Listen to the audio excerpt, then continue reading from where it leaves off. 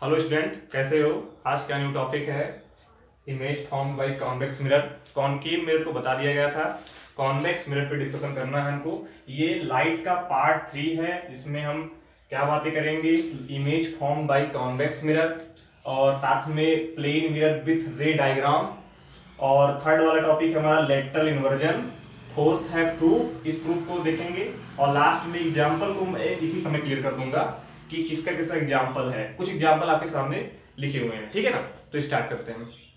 Student, आपको बता दूं, ये जो आपके दो लाइन में दिख रहे हैं, फर्स्ट और सेकेंड, पहले और दूसरे, ये जो दोनों लाइन में दिख रहे हैं, ये आपकी बेसिकली कॉनकेव मिरर के एग्जाम्पल है। कॉनकेव मिरर के एग्जाम्पल है, ठीक है ना। कॉनकेव मिरर जैसे आपका टॉर्च हो गया, saving process, solar Owens, astronomical telescope, electron microscope, यहाँ पर हम कॉनकेव मिरर का उपयोग करते हैं, ठीक है ना। इसको आपको मिलेगा कि यहाँ जो यूज किया जाता है टॉर्च, सेविंग प्रोसेस, जितने भी मैं एग्जांपल लिखा हूँ फर्स्ट 2 लाइन में, इन सब में कॉनकेव मिरर का उपयोग करते हैं, ठीक है।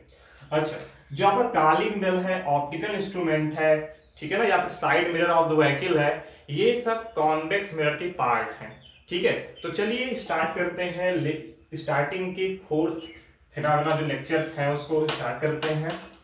तो पहला है image formed bye convex mirror. काफी ज्यादा आसान। पहले तो हम लोग बोलने वाले हैं कुछ भी नहीं है, फिर देखते हैं कितना आसान है। देखिए, कॉन्वेक्स मिरर में व्हेन ऑब्जेक्ट प्लेस्ड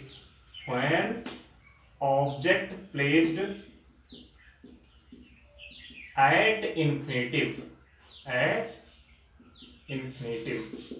यदि ऑब्जेक्ट को इनफाइनाइट पर प्लेस कर दिया जाए, देखते हैं, ये आपका कॉन्वेक्स मिरर। कॉनकेव मिरर की बातें दूसरे लेक्चर में हो चुकी हैं। ये आपका इसका पोल, ये इसका फोकस, और ये लास्ट में सेंटर ऑफ कर्वेचर। अब ऑब्जेक्ट इन्फिनिटिव पर है तो नंबर ऑफ जो रेज आएंगी वो इनफाइनाइट से आएंगी, अप्रोच करेंगी इस मिरर की तरफ, ठीक है ना। तो इन सब का क्या होगा, इन सब का रिफ्लेक्शन होता है, ये रिफ्लेक्ट बैक होंगी। और इन सब को जब पीछे बढ़ाओगे, इन सब को जब आप पीछे बढ़ाओगे तो आपको मिलेगा फोकस पर इसका इमेज मिलेगा, ठीक है ना। अब आप इससे तो परिचित होगे, आप तो कहोगे ये तो बताया चुका है ना, इससे हम वास्तव परिचित हैं। कैसे? क्योंकि ये कई बार बताया जा चुका है कि कॉन्वेक्स मिरर जो होता है वो डाइवर्जिंग मिरर है। तो यहाँ पर आप देख रहे हो कि जो आपका ऑब्जेक्ट बनेगा उसका जो इमेज होगा वो बहुत बिंदु आकार का होगा, बहुत छोटा होगा, और आभासी तो बनेगा ही बनेगा। अरे यार, आभासी इसलिए बन रहा है क्योंकि जहां पर आपने पेंट चढ़ाया है उसके पीछे बन रहा है, यानी दर्पण के पीछे बन रहा है, ठीक है ना। ओके, अब सेकेंड वाला पार्ट पढ़ना है आपको। When object placed between infinitive and pole, यानी पोल और अनंत के बीच में हो, तब क्या होगा देखते हैं। ये आपका बन गया कॉन्वेक्स मिरर, जी हाँ, ये इसका पोल। ऑब्जेक्ट को रखना है इन्फिनिटिव और पोल के बीच, यानी कि यहाँ इनफाइनाइट कहीं पीछे इसके, ठीक है ना, इसके इधर होगा। ऑब्जेक्ट का पहला रेज कमिंग अप्रोच कर रहा है इस मिरर की तरफ, और होगा क्या, इनका रिफ्लेक्शन होगा।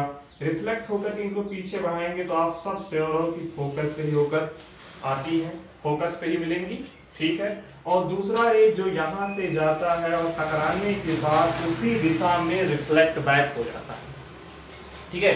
तो उसी दिशा में रिफ्लेक्ट बैक होगा। इसको आप पीछे की तरफ बढ़ाओगे तो ये आपका सेंटर ऑफ कर्वेचर मिलेगा। इन दोनों का जो कटान पॉइंट होगा उस पर आप एक ऑब्जेक्ट को परपेंडिकुलर ड्रा करोगे, ऑब्जेक्ट में इमेज को ड्रा करोगे, यहाँ परपेंडिकुलर दिख रहा होगा, यानी इस बड़े से ऑब्जेक्ट का इमेज एक छोटा सा दिखाई दे रहा है।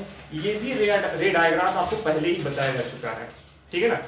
तो देख लीजिएगा, ये दोनों पार्ट हो गए, बस यही आपको दिखना है कॉन्वेक्स मिरर में image formed bye convex mirror, ठीक है।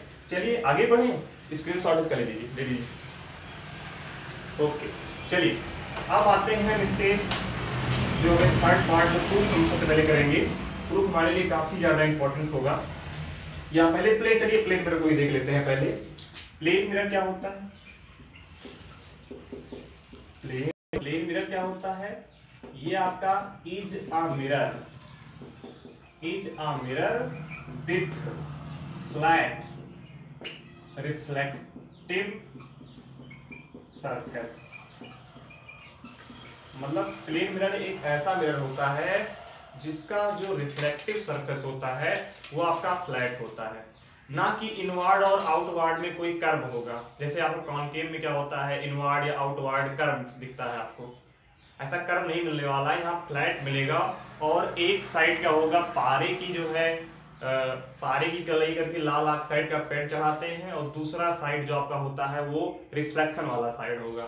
ठीक है, तो ये हो गया प्लेन मिरर।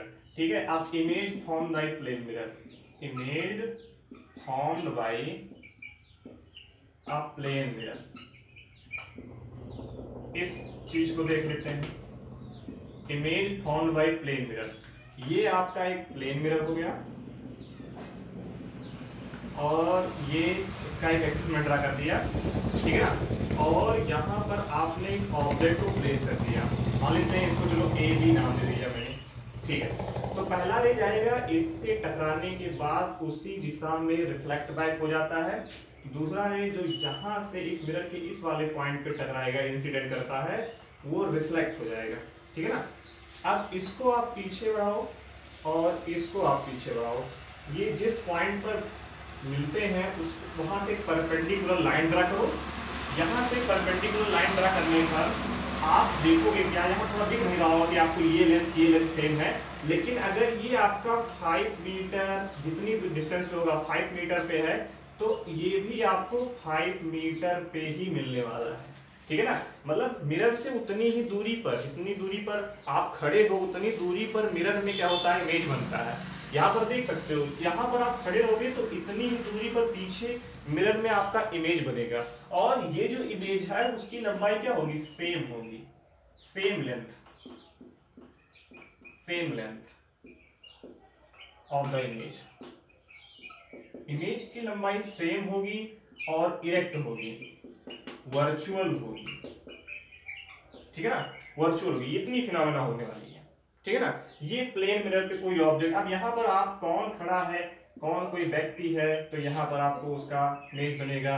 यहाँ आप कोई कार लेते हो, बस लेते हो, तो उसका इमेज यहाँ बनने वाला है प्लेन मिरर में। ठीक है ना, तो ये तो कुछ प्लेन मिरर की बातें हो गई, प्लेन मिरर होता क्या है। ठीक है ना, इतनी बातें आप ध्यान रखिएगा। इतनी ही बातें हम हाई स्कूल में अभी तक बता रहे हैं, उसके बाद जब आप 12th का वीडियो मेरा आएगा तो उसमें प्लेन मिरर के बारे में ढेर सारी चीजें बताई जाएंगी। चलिए हम आगे बढ़ते हैं, और हम जो प्रूफ करना चाह रहे थे उस प्रूफ को कर लेते हैं। हमारा प्रूफ क्या है, 1/f = 1/b + 1/u।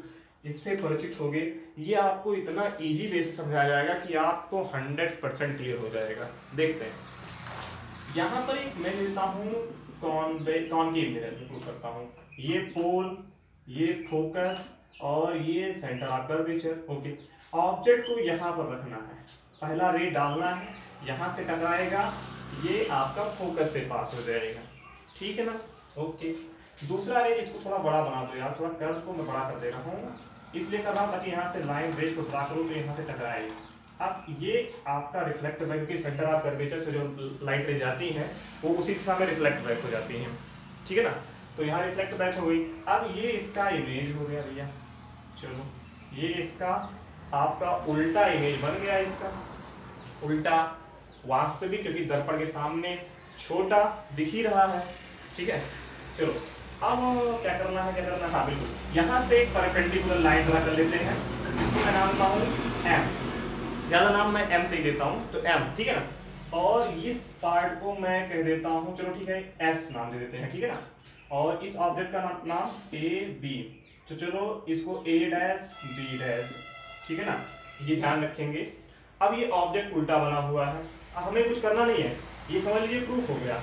ज्यादा नहीं लंबा लेकर के जाऊंगा, इतने में आपको समझ में आ जाएगा कंफर्म। देखिए, चलिए पहले क्या करते हैं, पहले तो ये ट्रायंगल आप देखिए, triangle number 1 and triangle number 2, तो इसमें क्या दिख रहा होगा, सिमिलरिटी दिख रही होगी कि ये वाला एंगल इस वाले एंगल के बराबर है। ये सब आपको लिखना पड़ेगा भाई, मैं बताने वाला नहीं हूँ, मैं यहाँ पर समझा रहा हूँ। इसको मैं प्रूव करने वाला हूँ कॉन्ग्रुएंट, समरूप।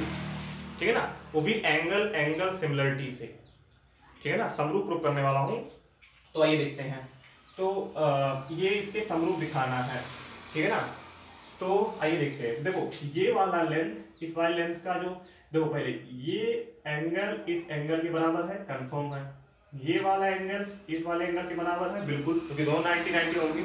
और जब दो एंगल से मिल जाए तो एंगल एंगल सिमिलरिटी, एक होता है angle angle similarity criterion, criteria होता है क्राइटेरियन, ठीक है ना। इससे क्या होगा, दो ट्रायंगल आपस में क्या हो जाते हैं, समरूप हो जाते हैं, सिमिलर हो जाते हैं। मैं सॉरी मैंने कॉन्ग्रुएंट बोला था, कॉन्ग्रुएंट नहीं, सिमिलर हो जाते हैं, ठीक है ना। तो ये ट्रायंगल इस ट्रायंगल के सिमिलर बन गया। बस क्या देखना है, ये वाला एंगल इस वाले एंगल के बराबर। क्यों बराबर, क्योंकि भाई ये तो शीर्षाभिमुख कोण है ना।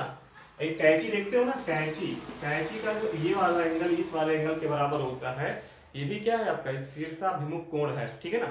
तो इसलिए ये वाला एंगल इस वाले एंगल के बराबर, ये वाला दोनों 90 है, equal angle angle similarity criterion से क्या कह सकते हैं कि दोनों ट्रायंगल एक दूसरे के कॉन्ग्रुएंट है, सिमिलर हो गए, बार बार कॉन्ग्रुएंट निकल रहा है, तो सिमिलर हो गए। अच्छा यहाँ ये वाला काम यही वाला काम यहाँ पर भी करेंगे, ये वाला दोनों ट्रायंगल क्या होंगे आपस में, ये बन जाएंगे सिमिलर, ठीक है ना।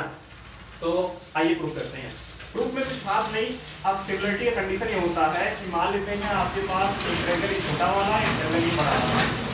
ये आपका ए बी सी, ये पी क्यू आर, अगर ये सिमिलर है, ठीक है, तो A B by P Q, मतलब इसका इसके साथ रेशियो, इसका B C by Q R equal to A C by P R, ये रेशियो होता है, ये बराबर होगा, यानी कि इनकी करस्पॉन्डिंग साइड का रेशियो जो होता है वो इक्वल होता है।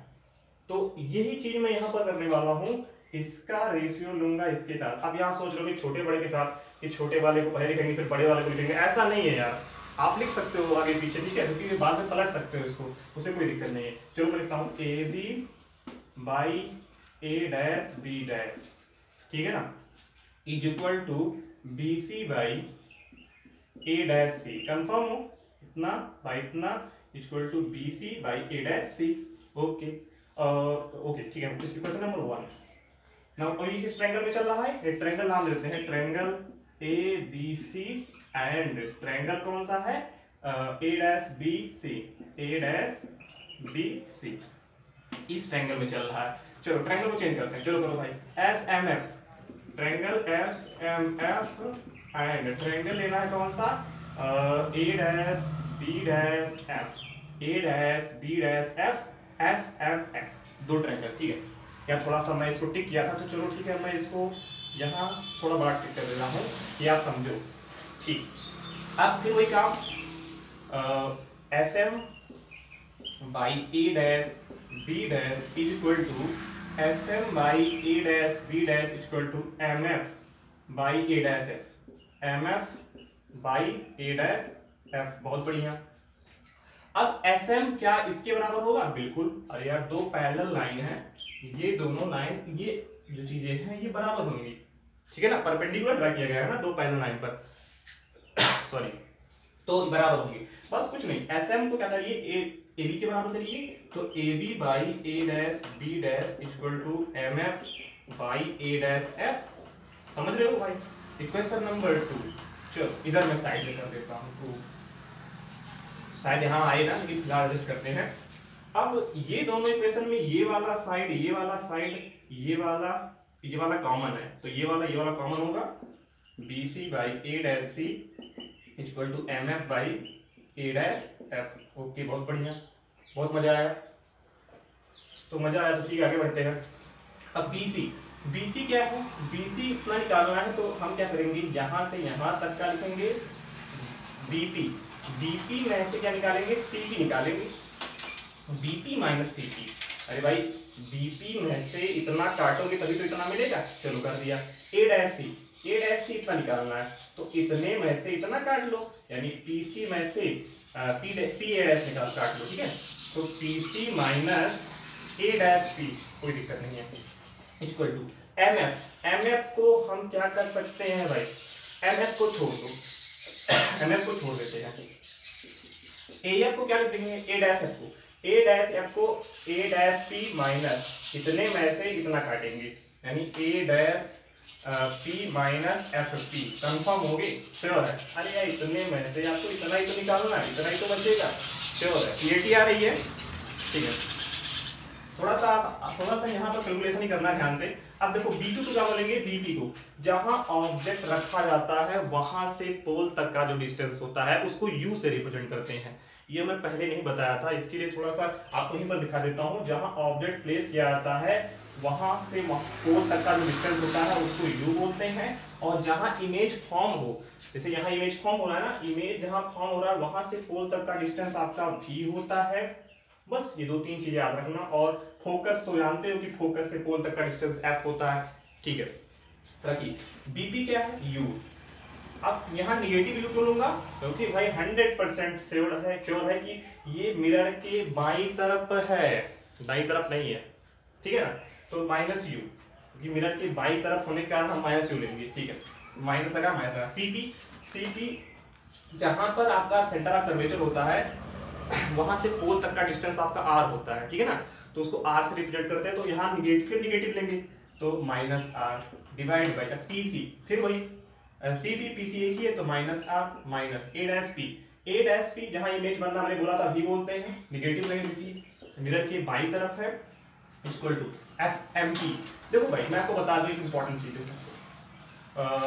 MF है, MF को FP लिख सकता हूं, क्योंकि अगर ये मिरर जो आपका है इसका एपर्चर छोटा हो जाए, द्वारक छोटा हो, तो होगा यूं कि मैं थोड़ा सा यहाँ साइड में आपको ऐसे थोड़ा सा कल्पना करवा रहा हूँ। देखिए यहाँ पोल है, अभी यहाँ ऑब्जेक्ट रखे हो आप, यहाँ ऑब्जेक्ट ऐसे रखे हो, जब ऑब्जेक्ट छोटा है ये वाला यहाँ पर आ गया। अब यहाँ से जब नॉर्मल आप ड्रा करोगे तो देखो नॉर्मल ड्रा करो तो धीरे धीरे जो M वाला पॉइंट है वो खिसक के P के पास जाएगा। कंफर्म है, श्योर है? जितना ही ये वाला S वाला पार्ट P के करीब आएगा, M वाला पार्ट P के करीब आएगा। बस वही करना है कि अगर मिरर का एपर्चर छोटा हो जाए तो वैसे केसेस में हम MF को FP लिख सकते हैं, यानी एंगल को, और साथ में एंगल को रेडियन में भी कंसीडर करके चलते हैं कि बहुत छोटा हो तो ऐसा कंडीशन होगा कि इस MF को क्या लिख सकते हैं, ये M वाला पार्ट P पर ओवरलैप कर जाएगा, समझ रहे हो ना?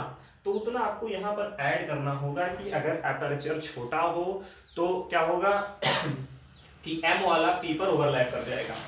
तो बस मैंने ये लिख दिया A डैश P, फिर वही क्या करना है, A डैश P क्या हो गया मतलब V, तो यहाँ पर आप माइनस V लिखिए, माइनस FP का मतलब, अब देखो यहाँ पर FP का मतलब अब मैं लिख सकता हूँ क्या, F है माइनस F, ठीक है? अब देखो क्या करना है, अब मैं आपको इधर ही कहीं पर सॉल्व कर देता हूँ। देखिए आपको नहीं करना, जल्दी से सॉल्व कर लेते हैं। Minus U minus minus plus R divide by minus R plus V equal to minus F divide by minus V plus F।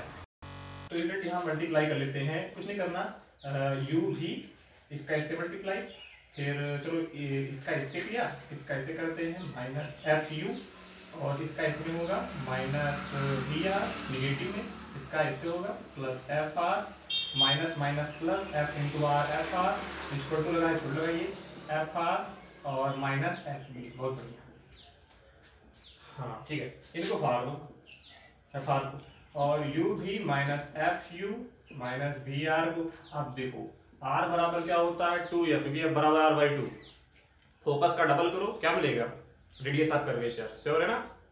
चलो ठीक है, तो यहाँ से आ जाएगा 2F, तो यहाँ पर 2FV, कुछ नहीं करना, V को R को हटा के 2F जोड़ दिया, और यहाँ माइनस FV, इसको इधर भेजोगे तो UV माइनस FU इसको इधर जाएगा तो प्लस में 2FV और माइनस FV, ये चाह रहे थे घटाओ इनको, FU और घट गया भाई तो FV। अब UVF से भाग करते हैं, क्योंकि मेरे पास तो ये क्या ऑप्शन है, UVF से भाग कर देते हैं। चलो मैंने कहा कर लिया, UVF से आपको लिखना पड़ेगा, UVF से भाग करने पर बहुत तरह, ऐसा नहीं कि मैं शॉर्टकट करता चला हूँ, तुम भी लगे रहो मेरे साथ, ठीक है ना?